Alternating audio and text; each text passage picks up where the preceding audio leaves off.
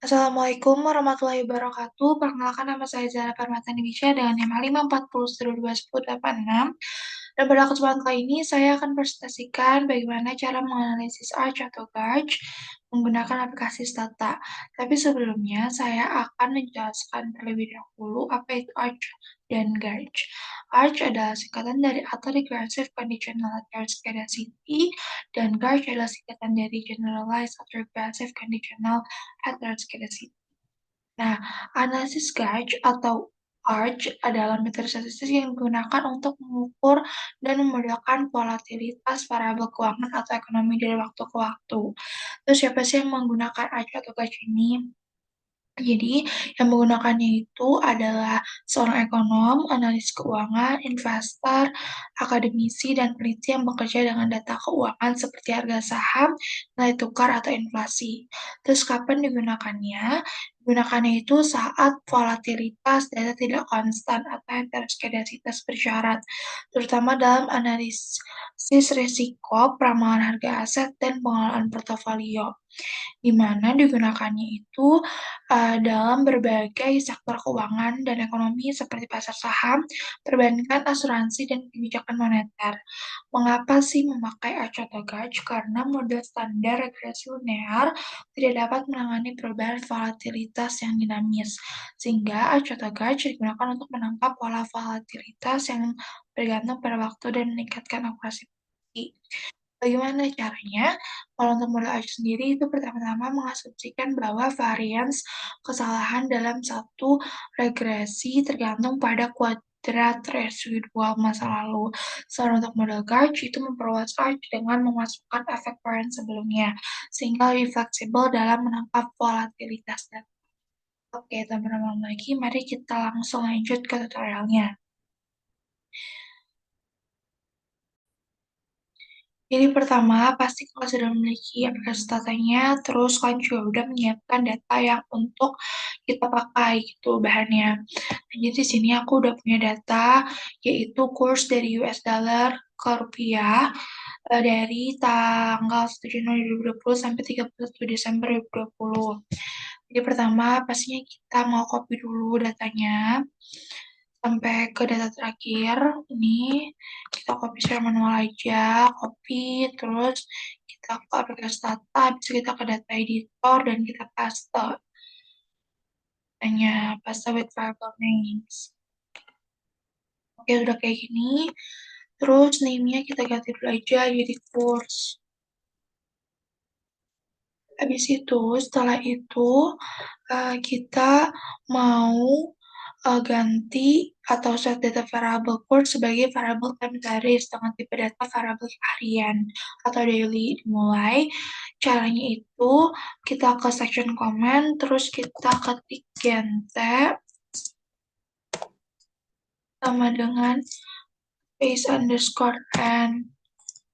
Ntar abis itu kita ketik lagi genute sama dengan td 1 Januari 2020 kurung plus min 1. Kenapa 1 Januari? Karena tadi data pertamanya itu di tanggal 1 Januari tahun 2020. Terus kita enter. Habis itu, setelah itu kita mau ganti nama variable Newton-nya di section properties. Jadi uh, kita ke data lagi, habis itu kan Newton-nya udah muncul nih datanya. Kita klik aja, terus kita ke format. Habis itu ada tiga di bawah ini kita klik. Habis itu kita ganti type of data jadi daily. Habis itu oke. Terus pastiin ini udah keganti semua ya. Jadi di 1 Januari 2020 datanya. Terus habis itu uh, kita mau lanjut saat data time series-nya. Caranya itu kita ketik di set new tab. Kita ketik di set new tab. Habis itu enter. Di sini udah dilihat time variable-nya dari 1 Januari 2020 sampai 31 Desember 2020 dengan delta atau sesinya 1 hari. Nah, habis itu kita sekarang mau lihat plot datanya. Caranya itu tinggal ketik two-way, two-way, space dalam kurung TS line course. Ini kita udah rename course ya. Habis itu kita enter. Tunggu aja sampai muncul plot datanya. Oke, di sini udah muncul nih plot datanya. Kalau misalnya dilihat ini sih sepertinya udah stasioner, tapi kita harus cek lagi nih. Jadi kita mau sekarang selanjutnya mau melakukan uji stasionaritas. Karena kalau ada lihat dari sininya tuh belum stasioner kan. Nah, caranya itu kita ke statistik,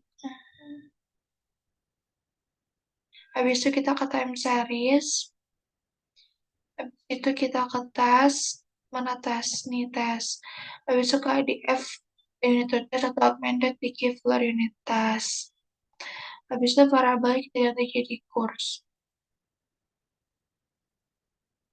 habis itu oke, kita tunggu selesai. Kalau di sini oke, ini lihat p-value-nya itu belum lebih kecil dari 0,05, berarti dia belum stasioner. Maka dari itu kita harus lakukan differencing. Caranya itu apa namanya, kita klik ulang aja defulernya. Bentar ya.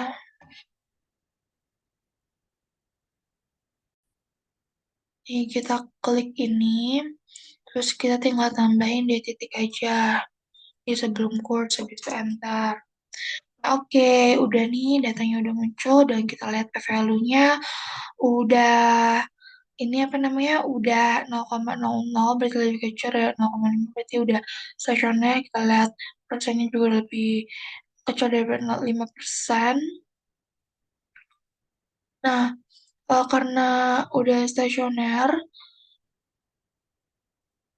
berarti kita bisa simpulkan kalau misalnya datanya itu udah stationer di first difference. Sekarang kita mau lihat model arimanya dengan menggunakan program ACF atau autocorrelation dan PACF atau partial autocorrelation. Pertama, kita bertanya dulu nih untuk mengidentifikasi berapa order MA. Caranya itu gimana? Caranya itu kita tinggal ketik doang di sini AC ya titik kurs enter. Nah, oke, di sini udah ada outputnya. Kalau kita lihat di sini dia cut off di satu flag-nya. Jadi bisa kita simpulkan LI-nya itu atau Q-nya itu sama dengan satu. Sekarang kita mau ngeliat AR-nya. Caranya itu kita balik lagi, kita ke section comment lagi, terus kita ketik kalau tadi AC, sekarang kita mau ngeliat PAC-nya, kita tinggal ketik PAC, titik kurs, itu enter. Sorry, salah, bukan koma. AC, D titik kurs. Kita tunggu lagi. Oke, di sini udah muncul lagi grafik ordonya. Di sini kita lihat cut off-nya juga sama di satu. Gimana cara nentuin cut off? Caranya, gimana cara nentuin like? Caranya itu kita ngelihat yang ini keluar dari garis, habis itu masuk. Jadi kita bisa simpulkan ini ada di like satu. Jadi R atau P-nya itu juga satu. Jadi dapat ditentukan bahwa mode arimanya itu bisa tiga pilihan ya, berarti antara satu satu nol, terus nol nol satu atau satu satu satu. Oke, karena udah dapet nih semuanya, sekarang kita mau lanjut uji mode arimanya dengan cara di section comment-nya kita ketik arima space course, koma arima dalam kurung satu. Kita coba yang 110 dulu ya. Coba 0 tutup kurung, habis itu 0. Nolok supaya dia nggak banyak itu datanya. Center. Oke. Oke, di sini kalau kita lihat sebenarnya di sini udah stasioner ya, tapi karena kita mencarinya itu modelan terbaik, jadi kita mau lihat dulu aja airnya sebenarnya signifikan, tapi yang belum, yang lainnya kan belum nih. Jadi kita mau lihat AIC-nya dulu aja deh. Kita caranya itu kita tinggal ketik aja buat ngeliat AIC-nya. Oke, oke. Udah cukup bagus sih kalau dari model ini, tapi kita mau bandingkan ke model lain, coba tuh ada yang lebih bagus, ya kan? Nah, jadi karena kita mau, tadi kan kita udah yang 110, sekarang kita mau coba yang 011 sama tinggal ini doang sih, tinggal ini diklik lagi, kita tinggal ganti. Sekarang kita mau coba yang 011.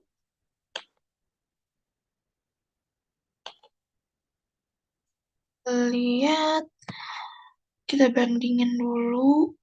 Nggak jauh beda ya sebenarnya hasilnya. Nih, lagi kita cek ya isinya. Data isi, oke.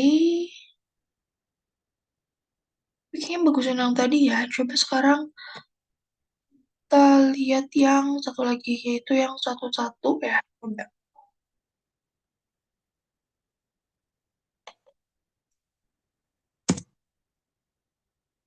Oke, data isi.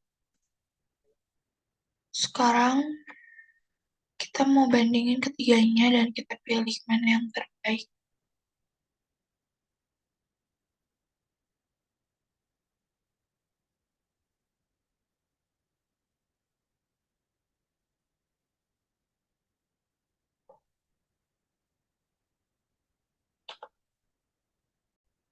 Oh, dilihat kayaknya yang kedua itu lebih bagus ya ternyata. Jadi kita mau pilih yang pakai Arima 011 aja. Kita tinggal klik doang nih di sini. Terus kita enter lagi. Tuh, kita mau melakukan pengecekan dulu nih, apakah penurunan cukup di Arima atau enggak. Bisa dibilang apakah di model Arima ini tuh ada heteroskedasitas atau tidak. Jadi pertama, kita harus mencocokkan nilai residualnya dulu dengan cara ketik predict dari name-nya tuh jadi what, terus koma reset.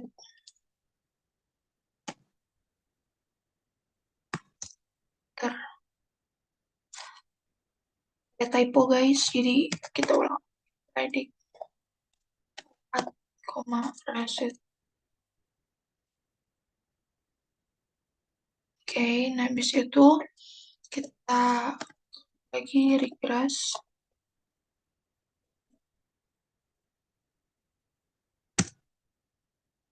Oke, terus kita ketik lagi stat, kita mau cek isinya stat archlm.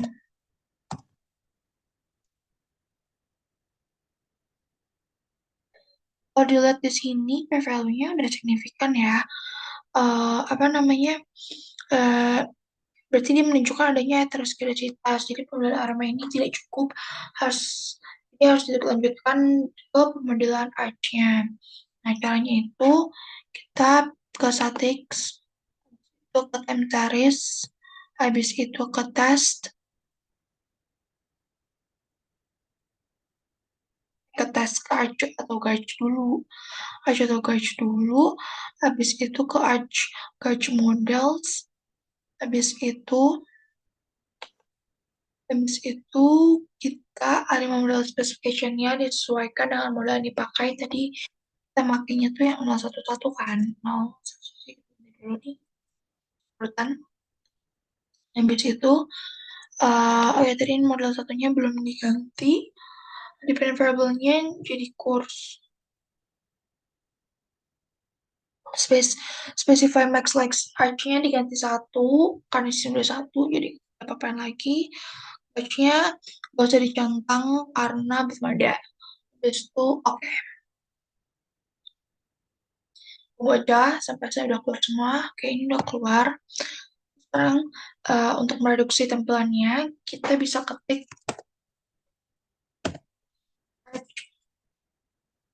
kurs, arch to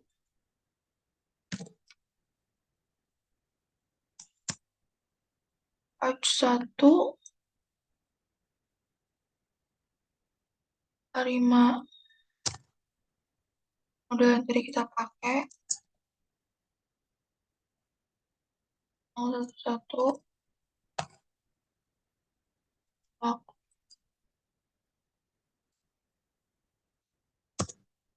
kita tunggu, terus kita cek isinya, dompet IC,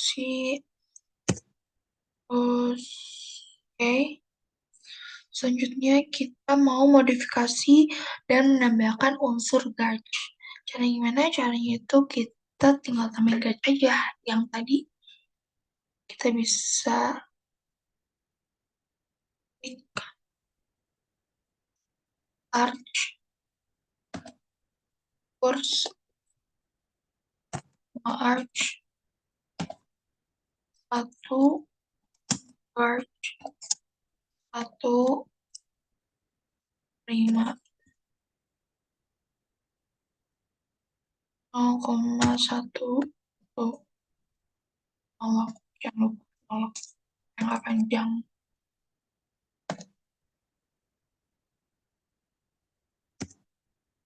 Bisa kita isi.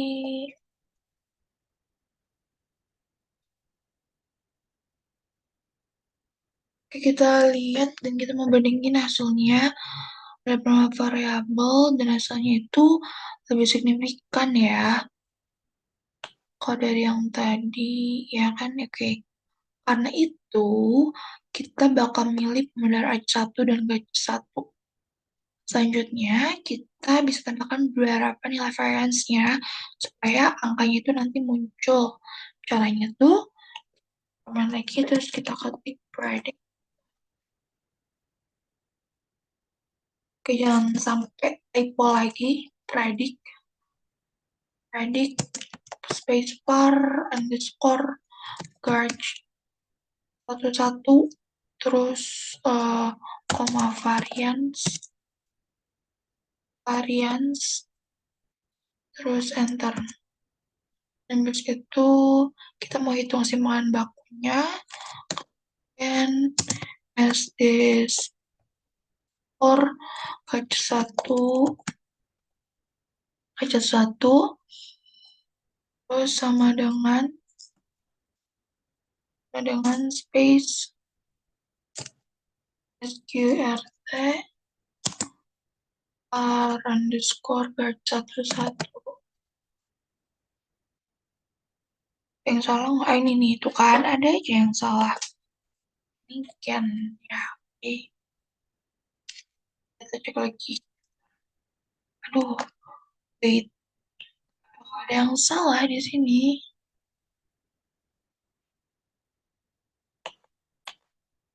Coba sekarang nggak pakai spasi.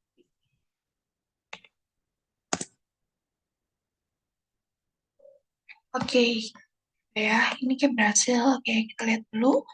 Oke, di sini varian sama pastinya udah keluar ya datanya. Bisa dilihat gitu, udah muncul varian sama simpangan bakunya. Selanjutnya kita mau lihat plot dari simpangan bakunya. Caranya gimana? Caranya kita balik lagi ke komen, terus kita ketik S line, SD underscore arch 1, terus enter. Ini ada yang salah lagi, yang benar typo lagi. Cuman satu, pas line, SD. Ini kita mau ngeliat plotnya ya. Plotnya arch 1. Bismillah. Oke, yeay. Udah muncul nih, apa namanya, grafik plotnya. Terus abis itu, uh, kita mau buat area atau tempat buat ramal atau prediksinya untuk 5 hari ke depan. Nah, itu di data editor ya, jadi sininya nih, mau ngeliat, kita mau lihat, kita mau bikin di bawah sini, di bawah, paling bawah, untuk 5 hari ke depan untuk ramalannya. Caranya gimana? Caranya kita ke section komen, terus kita tinggal ketik TSA dan koma. Jangan sampai typo lagi, biar nggak gagal lagi. TSA pen, koma, at 5. Oke. Kenapa 5? Karena kita menambah 5 hari ke depan. Enter. Kita cek ke data editor apakah sudah muncul. Lihat dulu. Ini banyak banget, jadi langsung ini aja. Kita lihat. Oke, tempatnya udah muncul di sini. Habis itu, karena udah muncul di data editor, kita sekarang mau lanjut forecast. Caranya, menunjukkan persamaan dengan cara klik atau ketik arch course. Jadi kita nggak usah nulis, kita cari aja yang arch course yang satu hari satu tadi di mana ya? Ini nih, coba ya, yang ini. Pastiin yang sama tadi yang kita pilih. Habis itu, ntar, habis itu kita melakukan forecast nilai course-nya dengan cara kita predict course F, Y,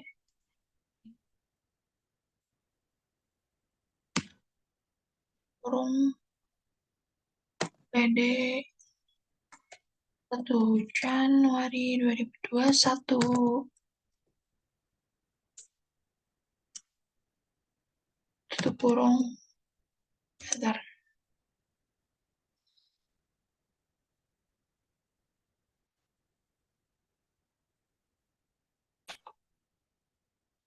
Kita lihat data editor.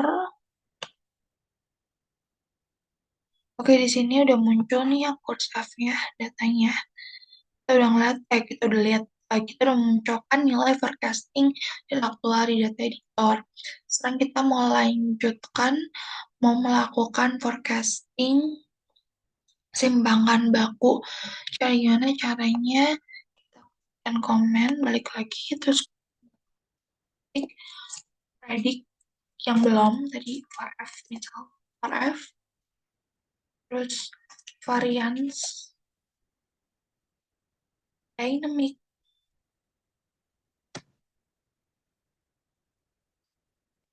pendek, dalam kurung lagi, 1 Januari 2021. Terus enter. Data tadi enter lagi. Kah si for F-nya udah apa belum? Oke, udah muncul, ya kan? Terus uh, sekarang kita ketik belum tuh tadi gen df ke rt squared-nya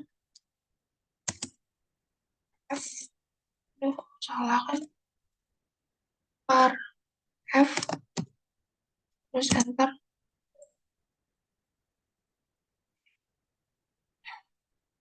Cek lagi di simpangan baku di data editornya, dan dia udah muncul. Ada, dan kita bisa lihat data editor nilai forecast course F dan nilai forecast simpangan baku STF-nya tuh udah ada. Mungkin cukup sekian tutorial dari saya. Maaf jika ada kesalahan kata ataupun kalimat ataupun langkah-langkah ataupun typo tadi yang missing, makanya diulang lagi. Cukup sekian dari saya. Wassalamualaikum warahmatullahi wabarakatuh.